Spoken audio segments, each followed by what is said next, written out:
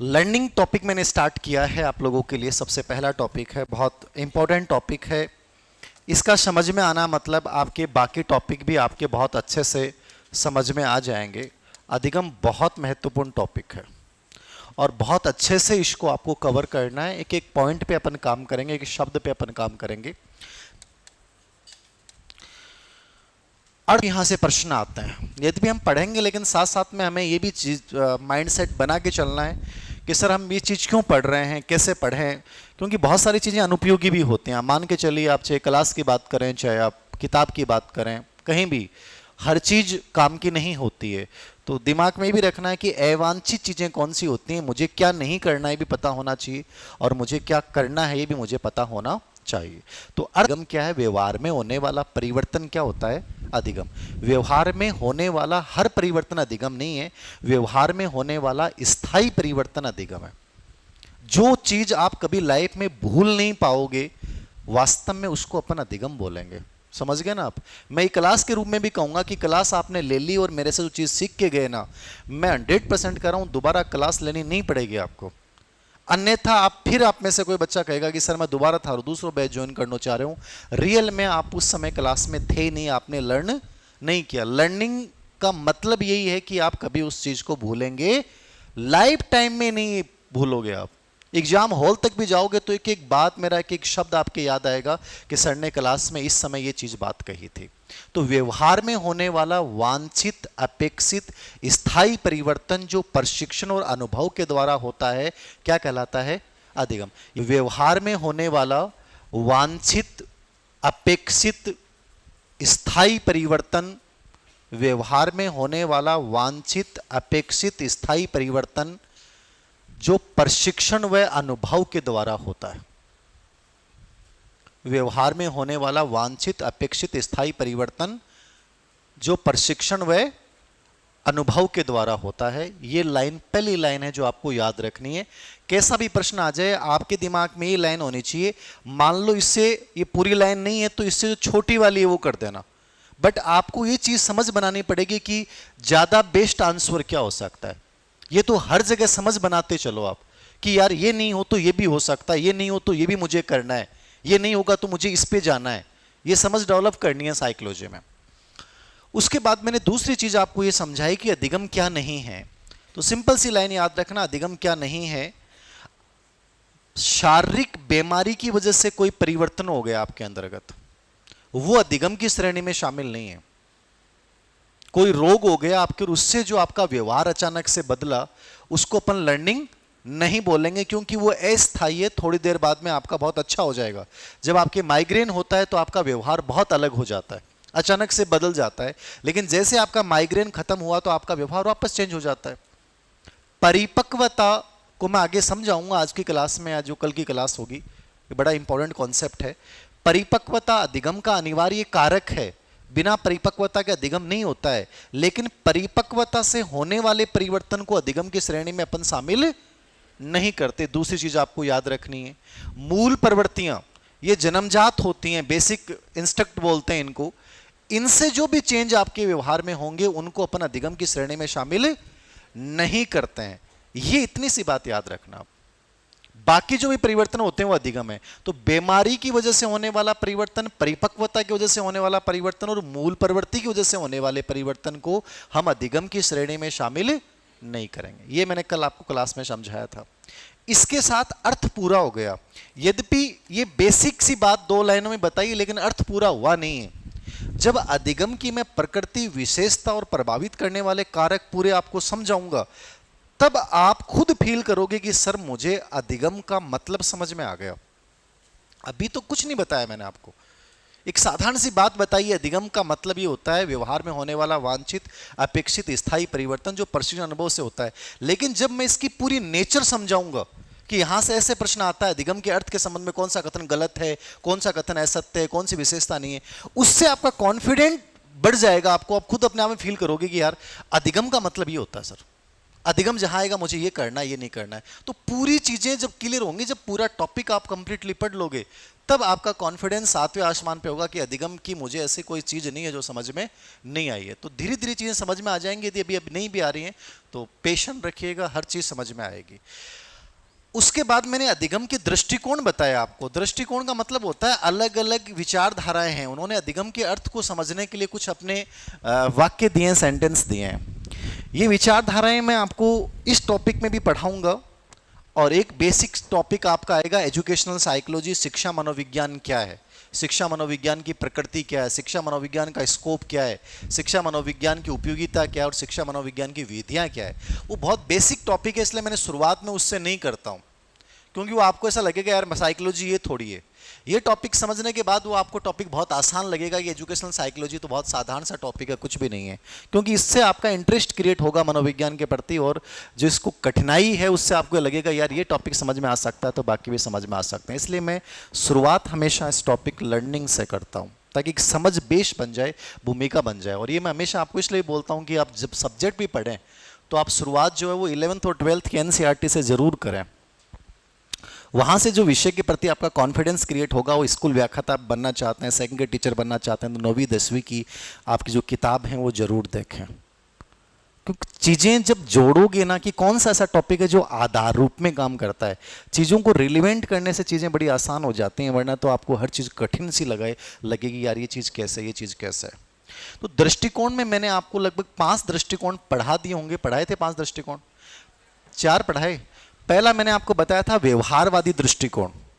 अब ये एग्जाम में क्या आएगा क्या नहीं आएगा वो छोड़िए, हर चीज एग्जाम में आने वाली है, क्या नहीं है मैं बताता जाऊंगा, क्योंकि व्यवहारवाद में आगे बहुत डिटेल में पढ़ाऊंगा आपको। व्यवहारवाद एक विचारधारा है जो वाटसन द्वारा दी गई, और व्यवहारवाद ये मानता है कि बाह्य वातावरण आपके जीवन को प्रभावित करता है। और ये बाह्य वातावरण में सबसे इंपॉर्टेंट एक शब्द को मानता है व्यवहारवाद, और वो किसको मानता है? वो मानता है अनुभव को। किसको मानता है? अनुभव। अनुभव से जो तुम्हारे व्यवहार में बदलाव आता है वो क्या कहलाता है? अधिगम कहलाता है। ये कौन मानता है, कौन कहता है? व्यवहारवाद। यानी अनुभव शब्द जहां कहीं भी आएगा, दिमाग में आपको कंडीशनिंग, कुछ चीजों से कंडीशनिंग स्थापित करनी है। जब चीजें आपको लगेगी उलझ रही हैं, मुझे हर चीज याद नहीं हो सकती, तो कंडीशनिंग भी करो आप, सही रहता है वो याद करने के लिए। तो अनुभव से जो व्यवहार में परिवर्तन आएगा वो क्या कहलाएगा? अधिगम कहलाएगा। ये कौन कहता है? व्यवहारवाद। उसके बाद 2 नंबर पे मैंने एक चर्चा और की थी, यार ये क्या हिल रहा है, गेस्टाल्टवाद। गेस्टाल्टवाद क्या है? तो गेस्टाल्टवाद जो है वो एक संप्रदाय है मनोविज्ञान का, जिसकी स्थापना 1913 में कोहलर, कॉफका और मैक्स वर्दीमर द्वारा की गई थी। और ये एक शब्द देता है सबसे इंपॉर्टेंट, बहुत सारे टेक्निकल वर्ड हैं इस सिद्धांत में, बट एक शब्द सबसे इंपॉर्टेंट है और वो है संपूर्णता, पूर्णाकार। ये कहता है कि हम कोई भी स्थिति के प्रति यदि संपूर्ण प्रतिक्रिया देते हैं तो वो अधिगम है। यानी जहां भी संपूर्णता वर्ड आ जाएगा वहां पे आपको क्या करके आना है? गेस्टाल्टवाद। तो इस विचारधारा में सबसे इंपॉर्टेंट वर्ड क्या हो गया? संपूर्णता हो गया। ठीक है। तीसरा मैंने आपको बताया था हार्मिक दृष्टिकोण। कौन सा बताया था? हार्मिक। हार्मिक दृष्टिकोण ये कहता है अधिगम हमेशा मूल प्रवृत्ति की वजह से होता है। मतलब इसने एक वर्ड यूज किया है प्रेरकीय या लक्ष्य केंद्रित। बिना लक्ष्य के या बिना उद्देश्य के आप अपनी जिंदगी में कभी कुछ भी चीजें नहीं करते हो। ये हार्मिक दृष्टिकोण था, ये दिया था मैकडूगल ने। अभी आपके लिए नई चीजें हो सकती हैं, सर हार्मिक दृष्टिकोण हमने कभी सुना ही नहीं। जब मैं संप्रदाय पढ़ाऊंगा तो पूरा हार्मिक दृष्टिकोण पढ़ेंगे अपन, विलियम मैकडूगल को पूरा पढ़ेंगे। जब इसकी 14 मूल प्रवृत्तियों को पढ़ेंगे तो आपके दिल दिमाग में बैठ जाएगा कि हार्मिक दृष्टिकोण मतलब विलियम मैकडूगल। अभी आप रटने की कोशिश मत कीजिएगा कि सर हार्मिक मतलब मैकडूगल, हार्मिक इस बात, ये रटना मत आप तो सहज और सरल रूप से क्लास में बैठना आपको। फिर धीरे चीजें जैसे जैसे सिद्धांत पढ़ेंगे अपन, टॉपिक्स होंगे, तो आपको खुद को लगने लग जाएगा ये सब चीजें आपकी अंगुलियों पे याद हैं। आपको बहुत आराम से एक चीज समझ में आ जाएगा। अभी कहीं भी रटने की कोशिश मत करना। हार्मिक के बाद मैंने संरचनावाद दृष्टिकोण पढ़ाया होगा, संरचनावादी पढ़ाया था ना। संरचनावाद एक बहुत महत्वपूर्ण विचारधारा है और आरपीसी के एग्जाम में फिक्स प्रश्न होता है कि संरचनावाद में प्रश्न जरूर आता है। वाइगोत्स्की, जेरोम ब्रूनर, जीन पियाजे, वान ग्लेशरफील्ड, ठीक है, ये जोसेफ नोवेक, ये बहुत सारे व्यक्ति हैं, रोजर बाइकी, ये पूरा मैं पढ़ाऊंगा जब अधिगम के लास्ट में अपन चलेंगे संरचनावाद। यहां ये कहता है संरचनावाद की अधिगम क्या है, तो ये कहता है अधिगम ज्ञान के निर्माण की प्रक्रिया है। संरचना को मतलब है निर्माण करना, कंस्ट्रक्टिव अप्रोच। तो कंस्ट्रक्टिव अप्रोच ये कहता है कि जब बच्चा अपने पूर्व अनुभव के आधार पे नवीन ज्ञान का निर्माण करता है तो वो अधिगम कहलाता है। ये कौन कहता है? संरचनावाद। कौन कहता है? संरचनावाद। पांचवा और अंतिम दृष्टिकोण है क्षेत्रीय दृष्टिकोण। क्षेत्रीय दृष्टिकोण, फील्ड व्यू, ये जो दिया था वो दिया था कुर्ट लेविन ने। किसने दिया था? Kurt Lewin. आपके लिए नया वर्ड हो सकता है, बट मैं इसका पूरा सिद्धांत पढ़ाऊंगा तो आपको आनंद आ जाएगा इसके सिद्धांत में। बड़ा लाइफ लेसन वाला सिद्धांत है। पूरे अधिगम टॉपिक में मुझे लगता है 2 सिद्धांत ऐसे हैं जो बहुत हर बच्चे को समझने चाहिए और पढ़ने चाहिए, क्योंकि जीवन बदल देने वाले सिद्धांत है वो। आप लाइफ के प्रति एक नया दृष्टिकोण लेके जाएंगे यदि ये दोनों सिद्धांत आपने पढ़े, कुर्ट लेविन और एडवर्ड टॉलमैन का साइन लर्निंग थ्योरी। मतलब रियल लाइफ को व्यवहारिक बनाने वाले सिद्धांत है। तो ये क्षेत्रीय दृष्टिकोण जो है वो ये कहता है एक छोटी सी लाइन में कि अधिगम परिस्थिति का प्रत्यक्ष ज्ञान संगठन है। अब यहाँ मैं एक लाइन लिखा रहा हूँ, बाकी इसको आप रटना मत। मैं जब इस सिद्धांत को पढ़ाऊंगा तो बहुत अच्छे समझ में आ जाएगा। तो कल की क्लास तक मैंने यहाँ तक पढ़ाया था आपको, यानी ज़्यादा कुछ भी नहीं पढ़ाया। कल की क्लास में केवल एक चर्चा की थी हमने। आज की क्लास में आप इस दृष्टिकोण में एक दृष्टिकोण और ऐड कर लीजिएगा, क्षेत्रीय दृष्टिकोण। किसने दिया था? कुर्ट लेविन ने। और उसमें एक लाइन लिख लेना क्षेत्रीय दृष्टिकोण के आगे, अधिगम किसी परिस्थिति का, अधिगम किसी परिस्थिति का, अधिगम किसी परिस्थिति का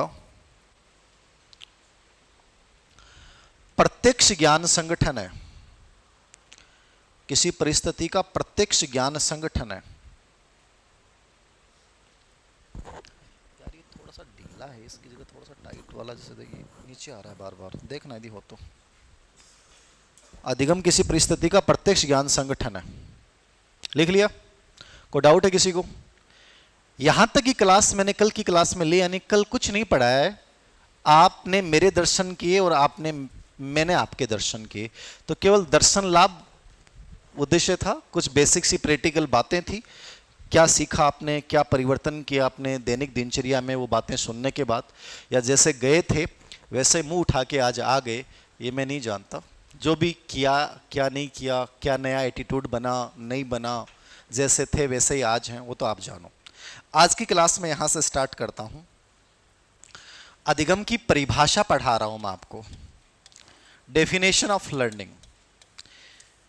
साइकोलॉजी में यदि कोई सबसे पेचीदा बात बच्चों को लगती है तो वो डेफिनेशन लगती है, और डेफिनेशन को लेकर उनके दिल दिमाग में सवाल होता है कि सर परिभाषा याद को नहीं हुए, कोई तरीको बताओ।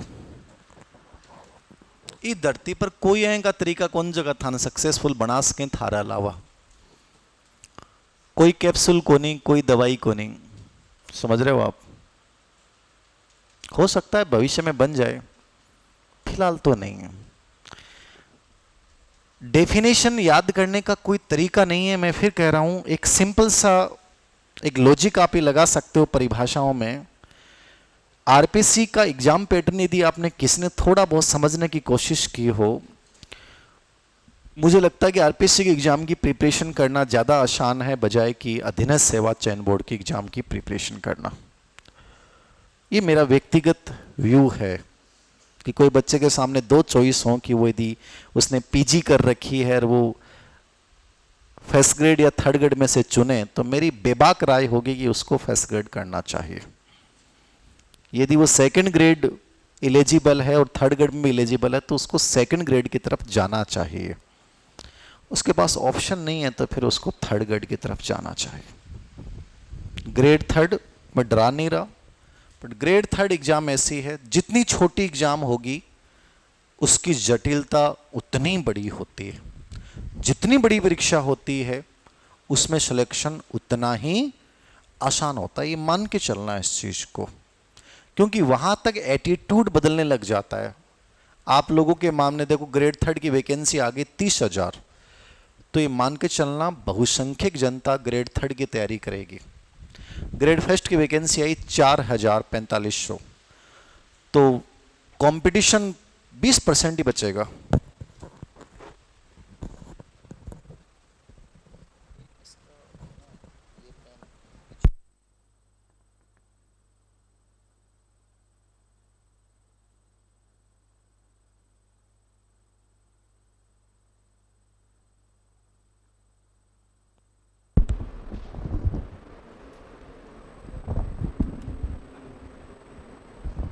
हाँ ठीक है।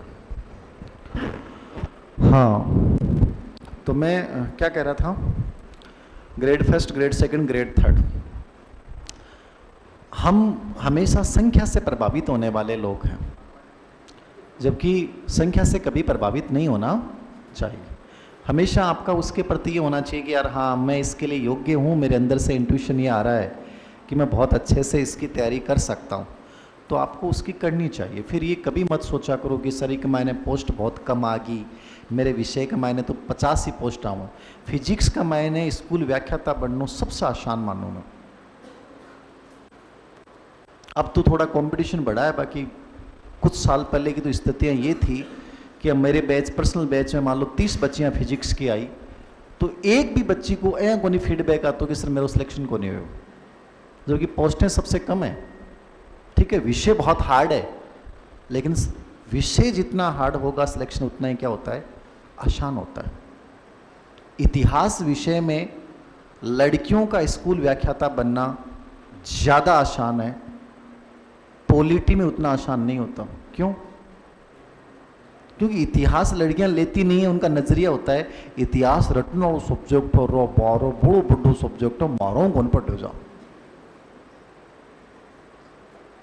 समझ रहे हो? इसलिए लड़कियों की संख्या हमेशा किस विषय में ज़्यादा मिलेगी, पॉलिटी में मिलेगी। आर्ट्स के विषय में देख लेना उठा के आप, तो कुछ भी मत आओ भाई पॉलिटी कर रही है, लेकिन ज़्यादा आ रही है भाई पॉलिटी से पढ़ रही है। इतिहास कौन लैम है? इतिहास आसान है स्कूल व्याख्याता बनने के लिए। लड़कियों के नज़रिए से बात बोली मैंने, मतलब हमने एक धारणाएं बना रखी हैं चीज़ों को लेकर। ये तो मैं मेरा निष्कर्ष दे रहा हूँ कि मैंने जो फील किया, महसूस किया है कि इस विषय में ये चीज़ें हैं। तो जो जितनी बड़ी एग्ज़ाम है सिलेक्शन उतना आसान है। कभी इस चीज़ के आधार पे कि ग्रेड फर्स्ट बनना सबसे मुश्किल है, ग्रेड फर्स्ट बनना सबसे आसान है, ग्रेड थर्ड बनना सबसे मुश्किल है। अब ये तुम्हारे पास ऑप्शन क्या, उसके अकॉर्डिंग चुनिए कि मुझे, मेरे पास तो ऑप्शन ही ग्रेड थर्ड है, तो मुझे इसको बनाना है, बस सीधी सी बात है। फिर आपको सोचना ही नहीं है, फिर मन में हिंता नहीं आनी चाहिए कि काश मैं एमए कर लेता, काश मेरी बीएड होती, फिर नहीं सोचना। फिर आपको ग्रेड थर्ड पे सोचना, बाकी दिमाग ही नहीं लाना। परिभाषा में सिंपल सा रूल है, जो ओल्ड एग्जाम में आ गई वो आपको जरूर पढ़ के जाननी है, बाकी चेन नई मत पढ़ना। या मान लो जो परिभाषा मैं क्लास में आपको बताऊं कि ये परिभाषा इम्पोर्टेंट है, ये आ जानी चाहिए, तो वो परिभाषा आप देख सकते हो, समझ रहे हो, बाकी नहीं देखनी आपको। तो परिभाषा का 1 या 2 प्रश्न आता है पूरे पेपर में, इसमें भी लगभग 99% चांस है कि आई हुई ही डेफिनेशन रिपीट होती है, नई डेफिनेशन बहुत रेयर चांस में आती है। यद्यपि ग्रेड फर्स्ट में परिभाषाओं के प्रश्न ज़्यादा आते हैं बजाय कि दूसरे एग्जाम के। तो मैं परिभाषा लिखा रहा हूँ आपको 6 या 7 परिभाषा, किताब में मैंने डाल रखी हैं 15 के आसपास परिभाषा। किताब इस उद्देश्य से लिखी जाती है कि उससे बाहर कुछ आना नहीं चाहिए, ठीक है। क्लासरूम में जो मैं करवाऊंगा वो बैलेंसिंग करवाऊंगा कि 1-2% कोई बाई चांस आउट हो जाए तो हो जाए, बाकी नोट से बाहर वैसे आता नहीं है। मतलब एक संतुलित दृष्टिकोण के साथ मैं पढ़ाऊंगा कि इतना आप पढ़ लेते हैं तो इनफ है, ये चीज़ें काम की चीज़ें हैं, और उसमें भी कुछ चीज़ें बताऊंगा कि ये बहुत इंपॉर्टेंट है और ये चीज़ें आप यहाँ इग्नोर भी कर सकते हैं, ठीक है। तो परिभाषा में आप पहली परिभाषा लिखो, वुडवर्थ की परिभाषा लिखना। वुडवर्थ की डेफिनेशन इंपॉर्टेंट है। क्यों इंपॉर्टेंट है? मैंने बता दिया कि एग्जाम में आई हुई है। कितनी बार आई हुई है? 4 बार, 4+ आई हुई है। तो इससे अनुमान लगा लो कि डेफिनेशन एक जो भी आ गई वो कई बार रिपीट होती है, क्योंकि एग्जामिनर हमेशा डेफिनेशन जो है वही लेता है जो इंपॉर्टेंट होती हैं। तो वुडवर्थ की एक परिभाषा है, सीखना विकास की प्रक्रिया है। किसकी प्रक्रिया है? विकास की प्रक्रिया। ये प्रश्न एग्जाम में आया हुआ है, लेकिन ये एज इट इज आएगा एग्जाम में जरूरी नहीं है। ये मनोविज्ञान की ताकत है। सीखना किसकी प्रक्रिया है? सिंपल सी परिभाषा है, कुछ भी याद नहीं करना, एक शब्द याद रखना है, learning is a process of development. सीखना किसकी प्रक्रिया है? विकास। अब यदि एग्जामिनर थोड़ी सी इंटेलिजेंसी गेम खेला था, रसा गए, तो मैंने पेपर ज़्यादा मैं एनालिसिस करता रहता हूँ, तो मेरे सामने चीज़ें आती हैं, ठीक है, उसने क्या किया, एक लाइन बनाई, अधिगम व्यक्ति में नई विशेषताओं को व्यक्त करता है। किसको व्यक्त करता है? नई विशेषताओं को। विकास का मतलब ही नई विशेषताएं हैं। विकास का मतलब क्या होता है? शाब्दिक अर्थ परिवर्तन है। क्या है? परिवर्तन है। तो विकास, इसने परिभाषा दी है, सीखना विकास की प्रक्रिया है, और इस परिभाषा को अलग रूप से पूछ लिया, सीखना। अरे उरा, ये माइक लगाने के बाद आवाज गूंज रही है ना, देखना इसको, ये चेंज किया है उसके बाद ऐसा लग रहा है जैसे आवाज वापस आ रही हो मेरे पास।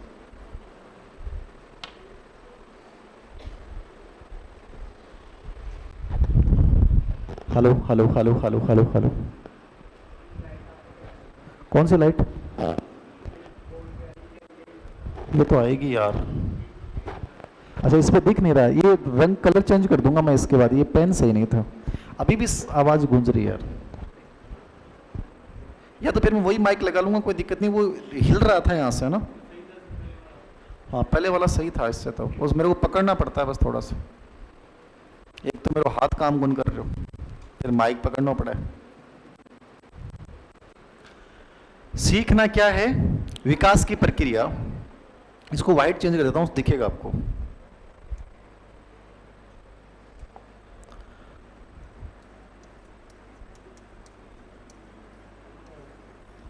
दिख रहा है क्या? थोड़ा थोड़ा फर्क आएगा, दिखने लग जाएगा।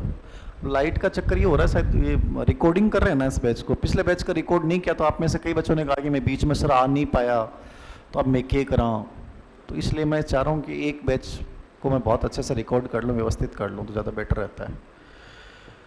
तो विकास व्यक्ति में नवीन विशेषता व्यक्त करता है। तो वही चीज पर्सन, ऐसे नई चीज जब भी आप सीखते हो ना, उसको अपन क्या बोलते हैं? विकास बोलते हैं। तो कई बार एग्जामिनर चीजें रिलेवेंट है, मैं बार बार बोलूंगा आपको।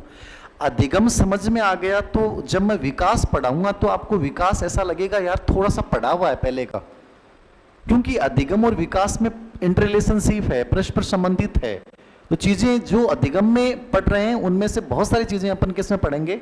डेवलपमेंट में पढ़ेंगे। तो अधिगम और विकास दोनों का ही शाब्दिक अर्थ परिवर्तन होता है। क्या होता है? परिवर्तन। इसलिए इसने कहा कि सीखना किसकी प्रक्रिया है? विकास। विकास का मतलब क्या होता है?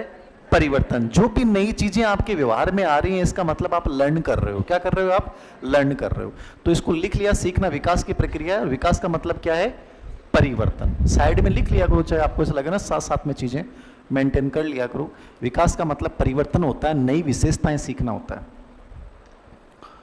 विकास का मतलब नए परिवर्तन या नई विशेषताएं सीखना होता है।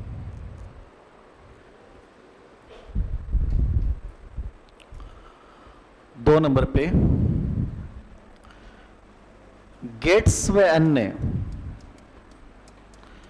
यदि पूरे मनोविज्ञान में आपको कोई व्यक्ति ये कहे कि सबसे इंपॉर्टेंट डेफिनेशन किसकी होती है, तो इस व्यक्ति की होती है। सबसे महत्वपूर्ण आदमी यही है परिभाषाओं में। अन्य को मतलब हो भी कैसा, कई आदमी हो थान बन अन्य पर कौन जाननो, ठीक है। थान तो केवल यू शब्द याद रखना है, गेट से याद रखना है, बाकी ध्यान कौन देना था। तो इसने परिभाषा चाहे व्यक्तित्व में दी हो, चाहे विकास में दी हो, चाहे समायोजन में दी हो, चाहे मोटिवेशन में दी हो, जिस भी टॉपिक में इस व्यक्ति की परिभाषाएं हैं, मतलब वो सब परिभाषाएं आपको पढ़ के जाने हैं, क्योंकि वो सब एग्जाम ओरिएंटेड डेफिनेशन इस व्यक्ति की आती हैं। तो लिख लो, प्रशिक्षण व अनुभव द्वारा। अब देखो पूरी परिभाषा से मत याद करना। अब जैसे इसने विकास बोल दिया, अधिगम क्या है?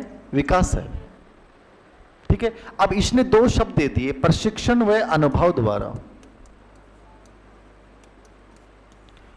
प्रशिक्षण व अनुभव द्वारा व्यवहार में परिवर्तन अधिगम। प्रशिक्षण व अनुभव द्वारा व्यवहार में परिवर्तन अधिगम है।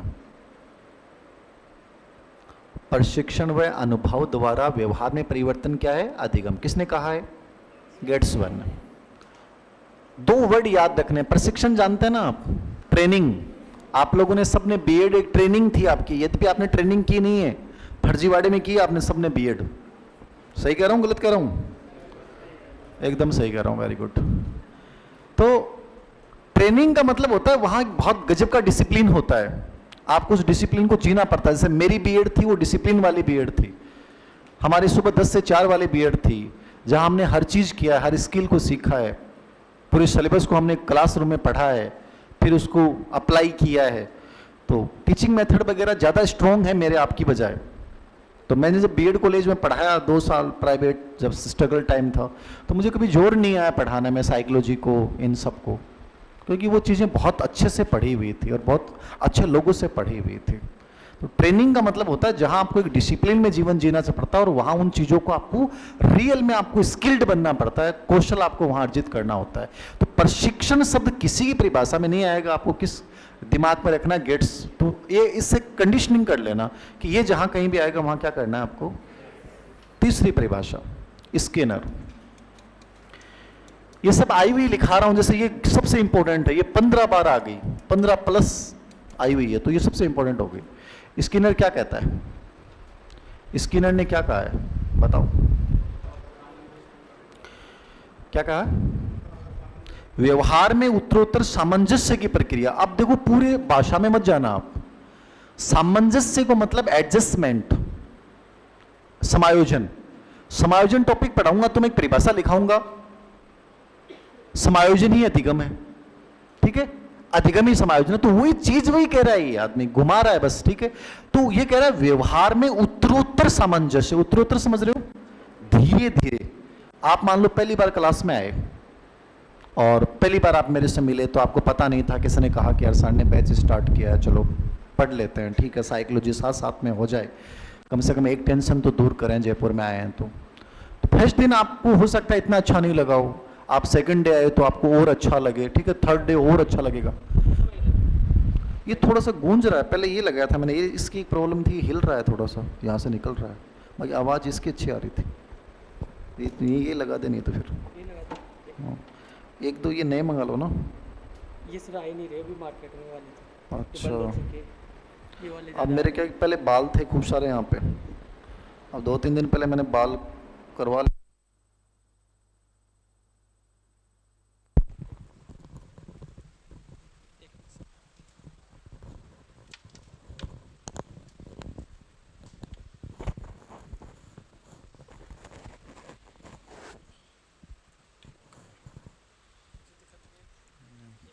इसको पीछे डाल देना।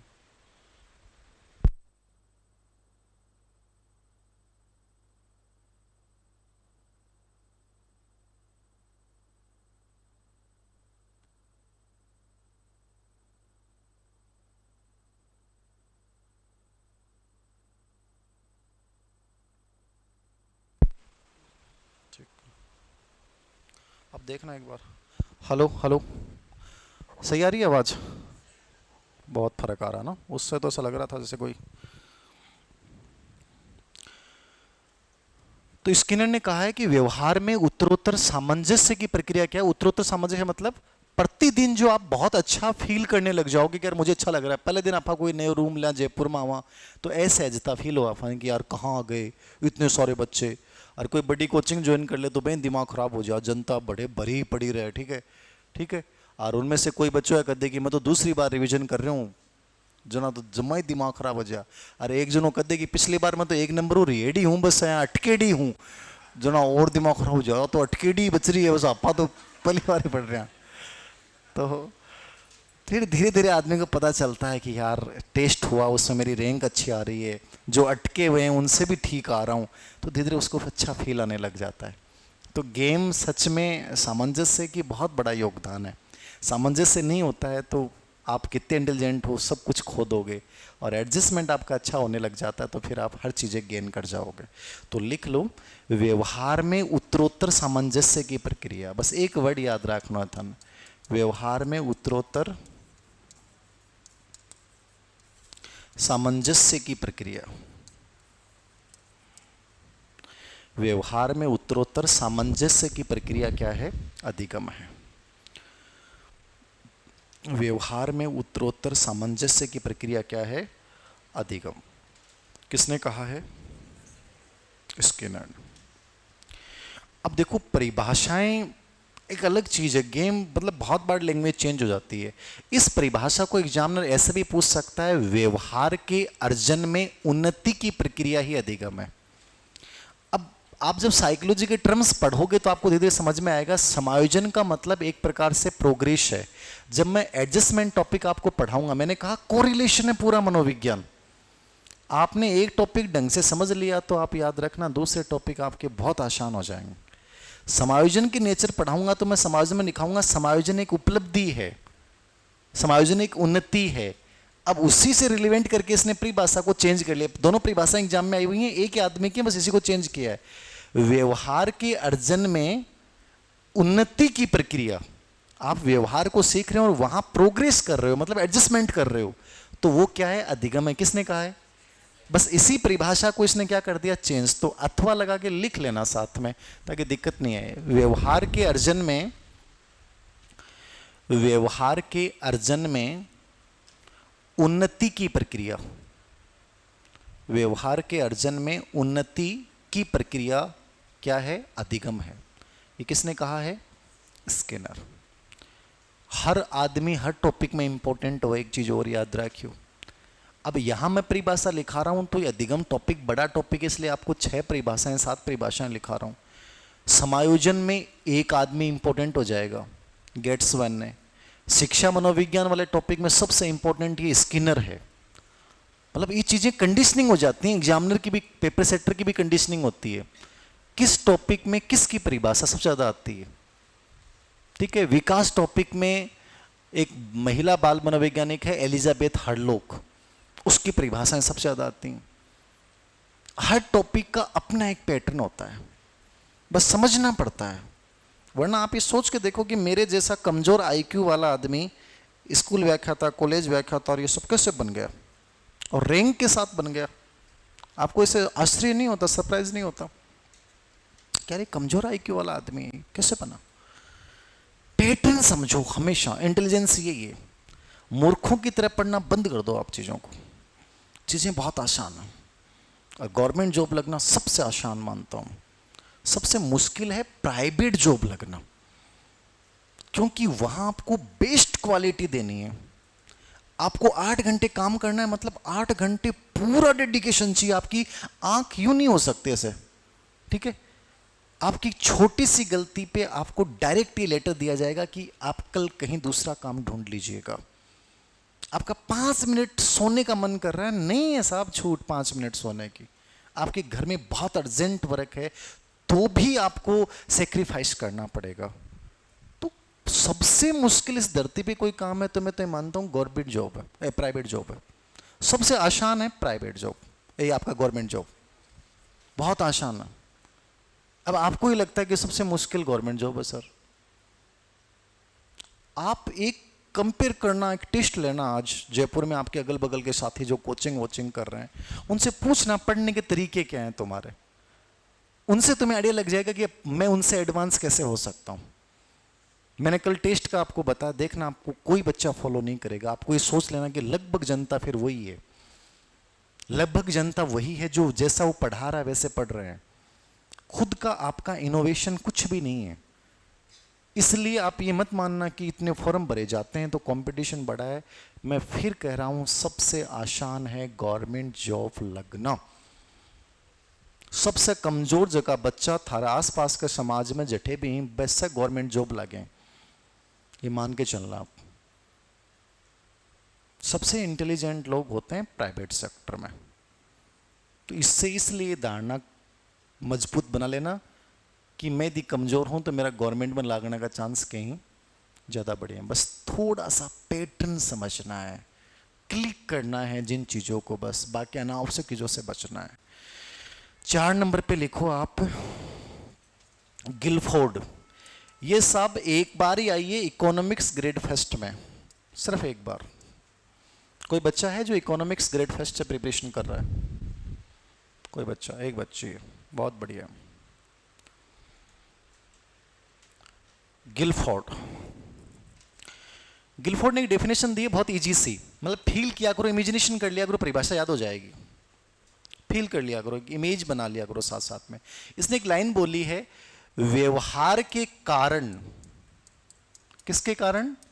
व्यवहार के कारण किसमें परिवर्तन? व्यवहार में परिवर्तन। व्यवहार के कारण व्यवहार में परिवर्तन। व्यवहार के कारण व्यवहार में परिवर्तन क्या है? अधिगम। क्या मतलब हुआ इसका? क्या मतलब हुआ?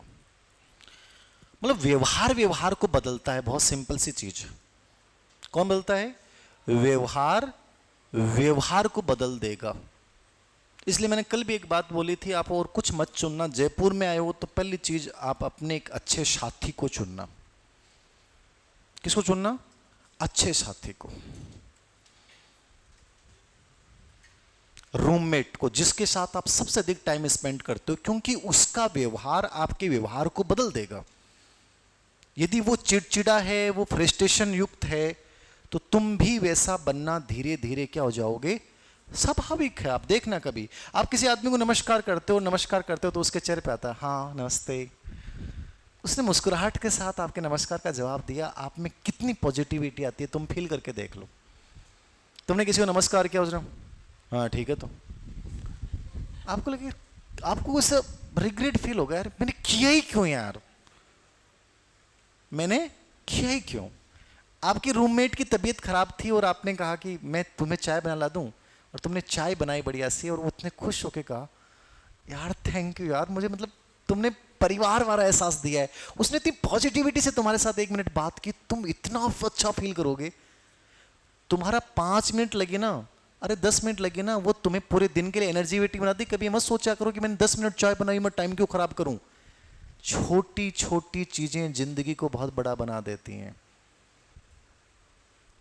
एक आपकी रूममेट जिसने छोटी सी गंदी सी बात तुम्हें बोल दी कि तू तो है ही यहीं की, आले मैं लिख के दूं थे, मेरी क्लास लेके गया जो थारा 2 दिन तक थारा दिमाग में बात गूंज, मैं तो एक ही उम्र बहुत दिमाग खराब हो रहा है, किताब पढ़ा और मेरे को चलो दिमाग में, और मन तो करे भी उठा के 2-3 पटक दे रहे हो, कोई इलाज ही नहीं है। लेकिन एक छोटी सी बात ने तुम्हारे व्यवहार को, मतलब हम अपने आप से संचालित है ही नहीं, आप मान के चलो हम अपने आप से कंट्रोल्ड नहीं है। आप अपने आप से कंट्रोल्ड होते हो 50 वर्ष के बाद, जब आपको दूसरों की बातें बहुत कम प्रभावित करेंगी। लेकिन इस समय आपको किसी की मुस्कान भी आपके व्यवहार को बदलती है, उसका छोटा सा एक शब्द आपके व्यवहार को बदल देता है। और यही लर्निंग है सच में। गिलफोर्ड एकदम सही कह रहा है। इसलिए मैंने आपको एक बात बोली थी, जिसको चुनो, जिसके साथ रहो, वो सच में बेस्ट होना चाहिए, क्योंकि उससे तुम्हें एनर्जी मिलनी शुरू हो जाएगी। उससे जो तुम्हारे चेहरे पे थकान है, नेगेटिविटी, वो खत्म हो जाएगी, और तुम्हारी पढ़ाई ऑटोमेटिकली अच्छी हो जाएगी। और तुम नकारात्मकता के साथ नहीं पढ़ सकते, कभी नहीं पढ़ सकते। एक नेगेटिव विचार दिमाग में आ गया और थिंकिंग को जन्म दे देगा, 4 दिन 10 दिन तक तुम्हारी पढ़ाई बाधित हो सकती है। तो व्यवहार किसको बदलता है? व्यवहार को बदलता है, किसने कहा है? अब कभी नहीं भूलोगे आप, इतना इमेजिनेशन कर लोगे ना इस परिभाषा के साथ, तो तुरंत दिमाग में आ जाएगा गिलफोर्ड का डेफिनेशन है ये। 5 कितनी परिभाषा होगी? 4, 5 पे करो एंड करो के अनुसार। ये भी परिभाषाओं में बहुत इंपॉर्टेंट है। परिभाषाओं में करो एंड करो की परिभाषा भी बहुत महत्वपूर्ण आती है। ये भी 3-4 बार, 3-4 का ज्यादा रिपीट होगा। इसने 3 वर्ड दिए हैं, 3 शब्द दिए हैं इसने, आदत, हैबिट, ज्ञान और अभिवर्ती। आप जब कोई आदत सीखते हो, जब आप ज्ञान अर्जित एक्वायर्ड करते हो, और जब आप कोई एटीट्यूड बनाते हो, नजरिया जब डेवलप करते हो, ये तीनों किसका पार्ट है? लर्निंग का पार्ट है। किसका पार्ट है? समझ में आ रही है बात? आदत जब भी बनेगी, मान लीजिए मैंने आपको कल एक बात बोली कि आप टेस्ट पेपर का मूल्यांकन करोगे। आप जब भी अपनी किताब उठाओगे सब्जेक्ट जीके की, उस टॉपिक के ऊपर आप एक टेबल बनाओगे। ये आदत आपने बना ली। 2 दिन 3 दिन कर लो आप, बस 3 दिन 10 दिन कर लो आप, फिर तुम्हारी वो आदत बन जाएगी, तुम्हारा पढ़ने का स्वरूप बदल जाएगा। और ये जरूर थोड़ी तुम सबको बताओ, मत बताओ किसी को, तुम अपने अंदर डेवलप करो। तुम्हें किसी को क्यों बताना है? बाहर में जाए कोई करे तो करे, ठीक है, मैं अपनी आदत बना रहा हूं सर, मैं आपसे ये चीज लेके जा रहा हूं, और ये नई आदत मेरे व्यवहार का हिस्सा बन जाएगी। तो वो जो आदत बनी, तुमने वो नई चीज सीखी है, ठीक है। और आदत का मतलब क्या? जिसको आप कभी भूल नहीं सकते। मतलब क्या हो गया वो? वो स्थायी हो गया। क्या हो गया? शिखर।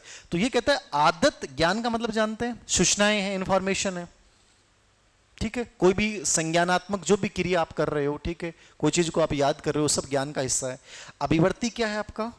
नजरिया है। क्या है? नजरिया। नजरिया का मतलब समझ रहे हो भाई? आप अपने प्रति क्या सोचते हो? क्लास में आने से पहले क्या सोचते हो, क्लास के बाद क्या सोचते हो, अलग चीज है। अपने प्रति हमेशा आदमी की मनोवृत्ति विकसित होनी चाहिए। हीन मनोग्रंथि कभी नहीं बनानी आप। आपका चाहे बैकग्राउंड कितना ही खराब रहा हो, आपको चाहे अभी तक आपने कुछ भी नहीं पढ़ा हो, आपके सामने बहुत प्रॉब्लम्स आ रही हैं, आपको ये समझ में नहीं आ रहा कि सर मैं फर्स्ट पेपर में कैसे मैनेज करूं, सेकंड में कैसे करूं, इन सब चीज़ों से हटके आप एक एटीट्यूड डेवलप करो। जैसी भी है अभी, चाहे मैं जीरो हूं, लेकिन आने वाले 2-3 दिन में मैं अपने आप को ऑर्गेनाइज करूंगी बहुत अच्छे से, और धीरे धीरे महीने 2-3 महीने में मेरी पढ़ाई बहुत अच्छी होने लग जाएगी। और वर्ष 2025 में मैं जो भी एग्जाम देने जा रहा हूं या जिस कंपटीशन को दूंगा, ये निश्चित है कि सिलेक्शन जरूर होगा, चाहे रैंक ऊपर नीचे आ जाए। ये तुम्हारा एटीट्यूड होगा सब। अपने प्रति स्वस्थ मनोवृत्ति जरूर बनाएं, याद रखना, पॉजिटिव एटीट्यूड जरूर बनाएं। तो ये तीनों वर्ड जो यूज किए हैं वो किसने किए हैं? अब सेकंड ग्रेड आरपीसी का पेपर देखना पीछे वाला, उसमें एग्जामिनर ने क्या किया? आदत शब्द को हटा दिया कंफ्यूज करने के लिए। उसने कहा ज्ञान और अभिवर्ती का अर्जन करना ही अधिगम है। ज्ञान और अभिवर्ती का क्या करना? अर्जन करना ही क्या है? अधिगम है। ये किसने कहा है? करण। तो लिख लो ये, आदत, ज्ञान और अभिवर्ती का अर्जन करना ही अधिगम।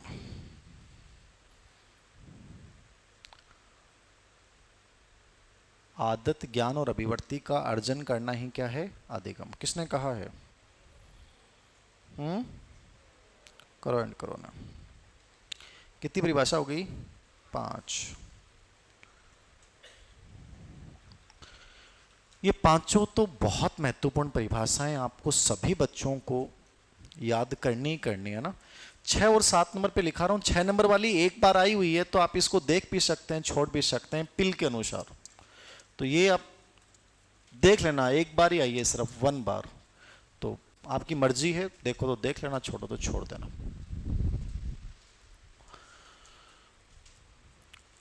व्यक्ति में परिवर्तन ही अधिगम है। किसमें परिवर्तन? व्यक्ति में परिवर्तन। व्यक्ति में परिवर्तन ही अधिगम है। जो वातावरण के अनुसरण में होता है।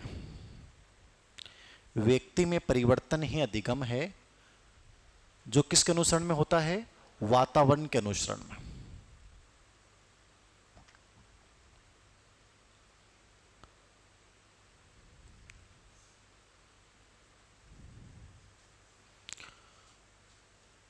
कोई भी परिवर्तन, कोई भी चेंज जो आप में हो रहा है और किसके संदर्भ में हो रहा है? इन्वायरमेंट की वजह से हो रहा है, उसको इसने क्या कहा है? अधिगम।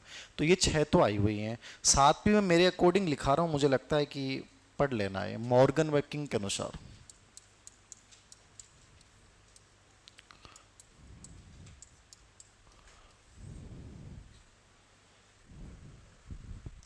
मॉर्गन वर्किंग के अनुसार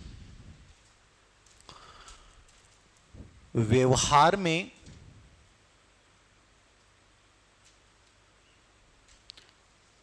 अभ्यास तथा अनुभूति के परिणाम स्वरूप होने वाले, व्यवहार में अभ्यास तथा अनुभूति के परिणाम स्वरूप होने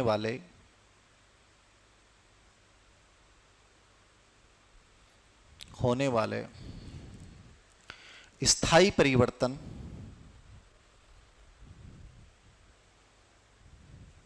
होने वाले स्थायी परिवर्तन क्या है? अधिगम।